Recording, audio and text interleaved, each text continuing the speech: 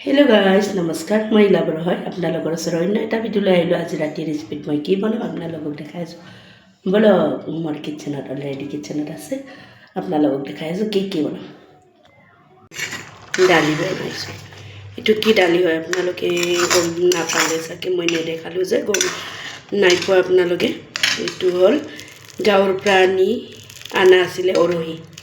এবাৰ যে বহুত দিনৰ আগতে মই ভিডিঅ' এটা বনাইছিলোঁ ঘৰৰ পৰা পঠাই দিছে বুলি এইটো আজি বনালোঁ ৰাতিপুৱা ডিউটি যোৱাৰ টাইমত জিকাই থৈ গৈছিলোঁ এতিয়া ৰাতি হ'ল পটাপট বনালোঁ কুকাৰত চিটি মাৰি চম্বাজ দি দিছোঁ ধুনীয়াকৈ ধনিয়া পাত চাত দিলোঁ কমপ্লিট হৈ গ'ল আৰু এইটো আলু ফ্ৰাই কৰাৰ কাৰণে আলুটো কেনেকৈ ফ্ৰাই কৰে আপোনালোকে গমেই পায় মই কেনেকৈ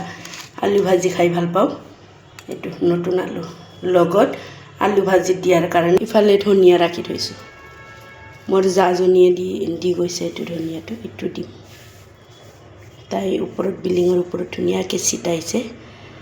টাপ এটাত মাছৰ কাৰ্টন এটাত তাৰ পৰা খুলি কিনে আজি দি গৈছে